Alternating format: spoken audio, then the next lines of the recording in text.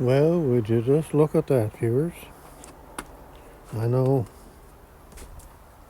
you probably don't want to look at that, because I know I don't want to look at it either. Here we are, March 25th. And everything is white. Holy cats. All the stuff is grown by the house there, and the snow is beside it. Even got some green grass over there, look at that. Have to get Ronaldo to come and cut that for me.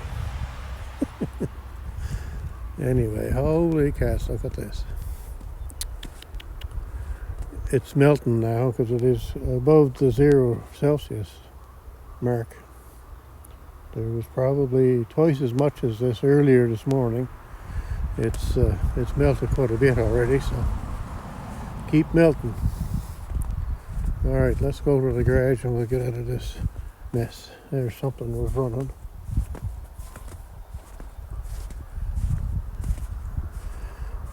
Here's something that was running here too.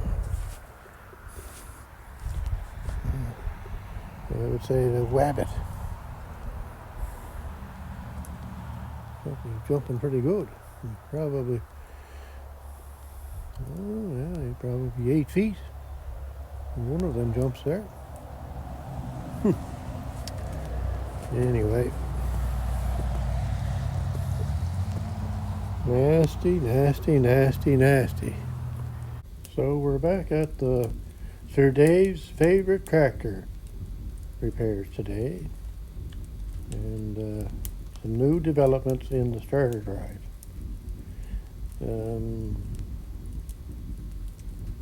I had thought that it was the starter drive that was giving the trouble, but I believe now that it was the solenoid that starts the starter. I took the starter off yesterday and I cleaned up all the teeth on the flywheel, I cleaned the teeth on the starter drive, and I cleaned where the starter mounts to the block, cleaned the block, looked at this, looked at that, and anyway, kind of put it all back together, and I really couldn't see anything wrong. I even had the drive part off of the starter, and I looked at all that. Anyway, it just didn't seem to be anything wrong. So I put it all back together and I tried it. Sure enough, worked like a willy, just not a problem at all. Second time I tried it, it started that foolishness again where the starter drive would, if you were watching it, it would go into the flywheel, out of the flywheel, and it was going just crazy fast like that. And this is what's making the noise. So about the fourth time I tried it, nothing. Wouldn't even turn the starter. So I said, aha, something else is wrong. So then as I got thinking and wondering, I got thinking that maybe the posts in the solenoid are corroded, which I've seen before, and just not making the connection.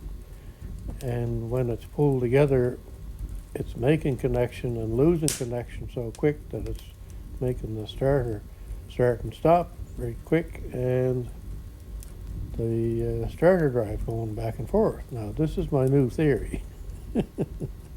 Anyway, so I have the solenoid off now, and I have it apart because I don't buy nothing if I can help it. So I've taken solenoids apart before and fixed them up. So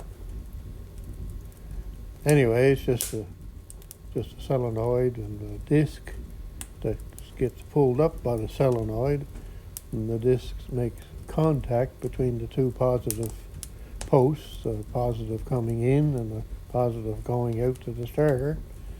And if they don't make continuity, then they won't turn the starter on. So, and over time, it's always arcing there, so things just get wore out.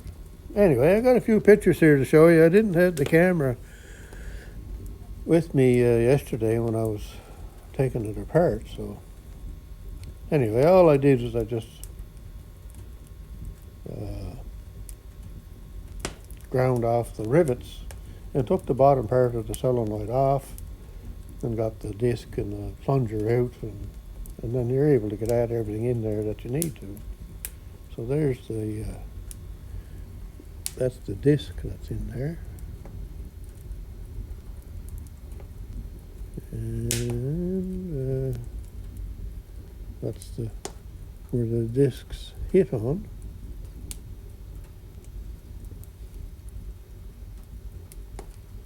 That's the bottom where they took off. That's the inside of the bottom. That's one of the studs. Now, the studs are fine thread, and they have them little, I don't know why they do that, but they have the little nuts on there that hold the stud into place. But you can't get a wrench on them to hold them. So I don't know why they do that. They've always done that for some reason.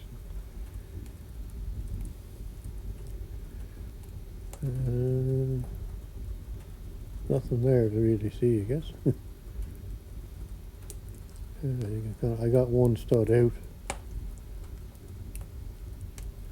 Now the stud on this side is all fine thread. There was a fine thread holding the stud in, but somebody put a coarse thread over that to hold the wires on, so I'm not sure what I'm going to do there yet, but I think it'll go back together. Yeah, this one is the fine thread one.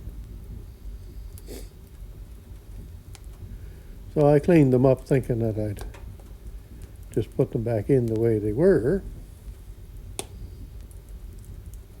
But then I got looking at this one and thought, yeah, the plunger may not have enough travel to actually get to that. So I decided to use the other side that was on the downside that hadn't been touched. And they will make a better contact, and the plunger will have to travel less distance. There. Anyway, I'm going to put a bigger nut on the stud where it gets held in, so that I can get a wrench onto it, and then I'll be able to put the wires on and tighten up the nut to the wires to the bigger nut, and not have to worry about things moving. So if I can get the other thing is those things that are in there, when you move the stud, then it becomes that the disc that hits them may not be hitting it all the way. It might only be hitting it on one edge because the stud turns. So my thinking is I might put that back together with the studs in there and the nuts on just kind of snug maybe. And then when the plunger pulls up and pulls the discs onto those studs, it may just kind of help straighten themselves out and make better contact. That's my guess. Anyway, we'll move along here today and we'll see what happens, I guess. I'll get back to you after a while.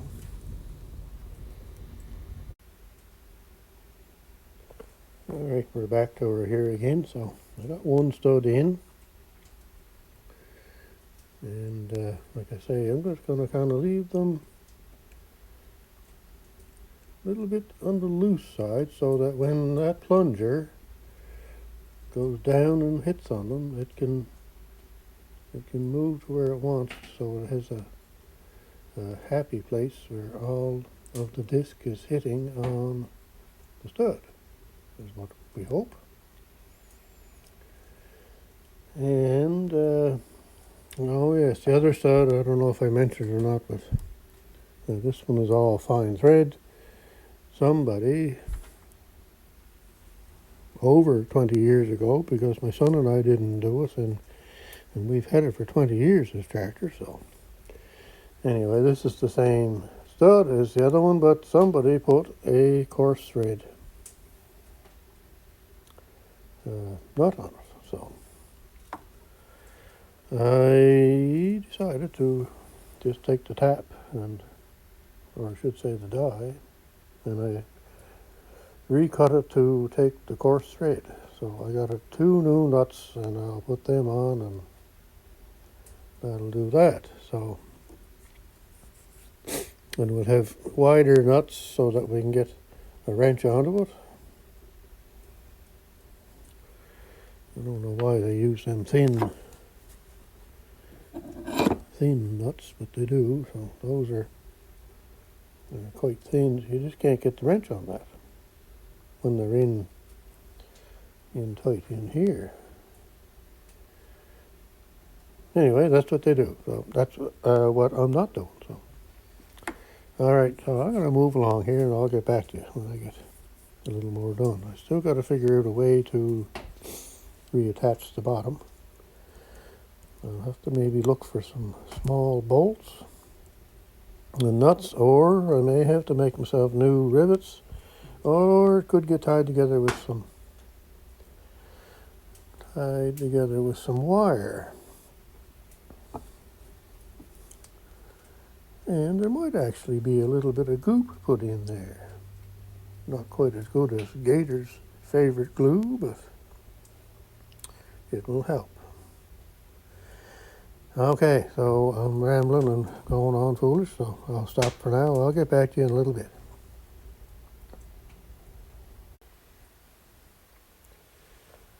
All right, we kind of got things moving along here. We have the disc back in.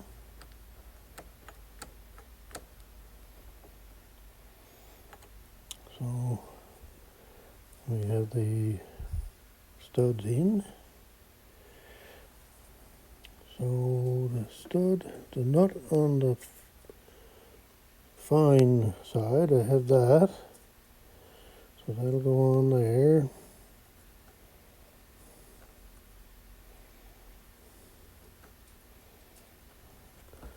That'll go on there. There. And then on this side we have our new 5/16 thread, so that'll go on there. Wires in between the nuts. That should work. And I found these screws, and I drilled the holes out in that just to 11/64 so that these screws will go through. And I've already tried these in this here. I was thinking that this was going to crack putting these in, but so far so good. And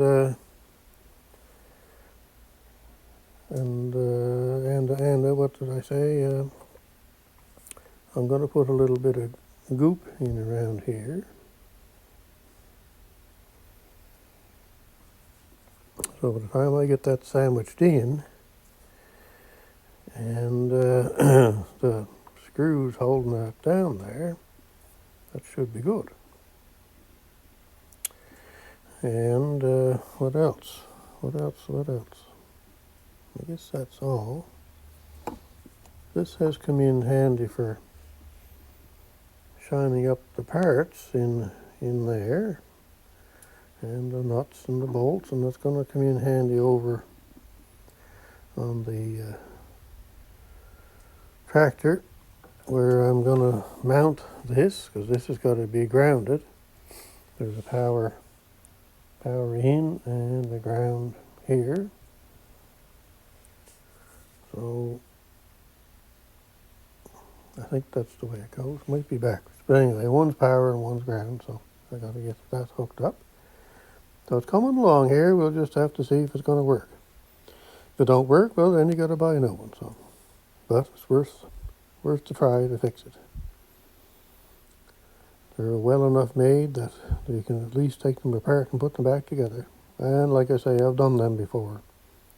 Not necessarily exactly that style, but I have taken solenoids apart before and fixed them up and put them back together again. So anyway, it is now din din time, so I'm going to go in and have some din din. And I'll be back.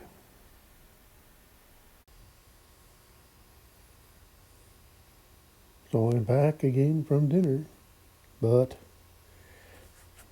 it was an hour and a half long dinner hour. The boss, I think, is kind of upset with me, maybe. Anyway, why I was so long for dinner was I was looking up something in my past videos for some reason. I forget now why, but anyway, I came across the first grass cutting of last year, and it was done with this Case tractor with this Case deck. And what I was doing was I was testing out how my fix went. I had to fix this, not this past winter, but the winter before, because she was rusted out pretty bad there, and the spindle fell out. Anyway, so I was doing a test on that, and the first grass cutting of last year was on May 18th with this tractor and that deck. So there's still still almost 2 months before I'll be cutting grass. And that day I was cutting. Not all of the grass needed to be cut because it was still not grown. In some areas grew a lot and some didn't. Anyway, so that's when I did my first grass cutting last year, was May 18th with this tractor. Now this video is going to be a good comparison actually, because I might, if I can remember, I'll try and do the same kind of video, the same area and same sort of route with this deck again. And now that we have all three spindles with all brand new bearings in it, we'll be able to tell if there's any difference in sound. So there we go. That's going to be a kind of a fun thing to do, just for fun, as my father would say. Now the other thing I was doing, my son sent me some pictures of his of his little project, the MF8 that he's working on, and he ordered some exhaust for it. So I just got some pictures here. Anyway.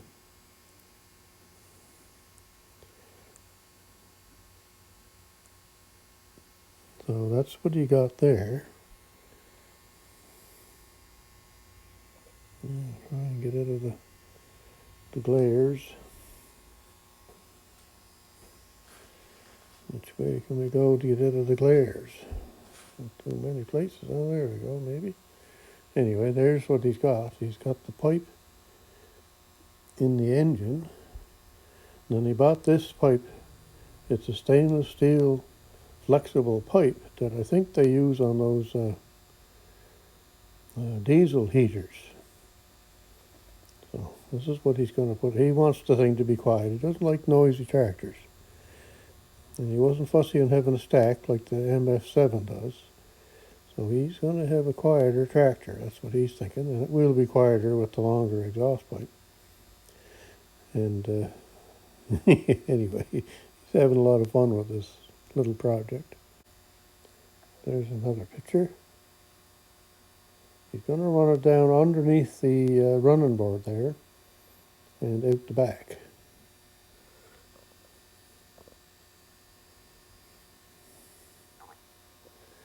That's a picture from the top down.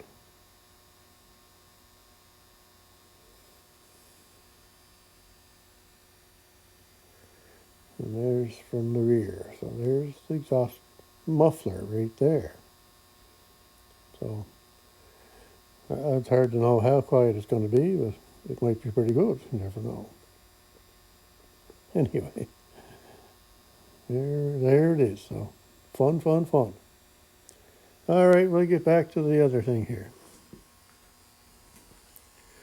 We're on the assembly side of doing this here now, so I just got to get myself into gear and get it together. I've got the holes there drilled so that screw will go through that metal plate without binding up, and I've already hid them into those holes on the solenoid, so everything should go together pretty good. And I'll put a little bit of famous shoe goo. We use shoe goo today instead of goop. It's kind of the same stuff, I think, anyway. Yeah, so I'll get back to you when I get a little further along here. Well, as you can see, about the goings on here on the bench. I've been at this probably an hour or more, and I can't get it to work. And what's not working is the solenoid. And this little wire, this little piggy here, doesn't have any continuity from here to here. If I can get that in there. Do a little zoom, maybe. Yeah, so from this post here to this wire here, there's no continuity. There's continuity from here out to here, but none from the tab here.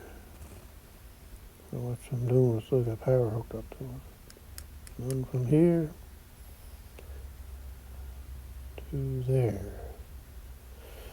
So I stuck a piece of wire in there. Somehow I got it wrapped around that little wire, and then I fed it up and put it in behind that tab, and then retightened the nut outside here.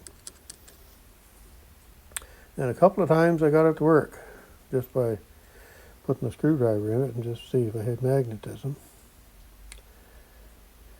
And anyway, it's just too small of an area for me to do anything with. And I think now, I was thinking that these contacts were bad, which they were, and on the disc over here. But I'm kind of thinking now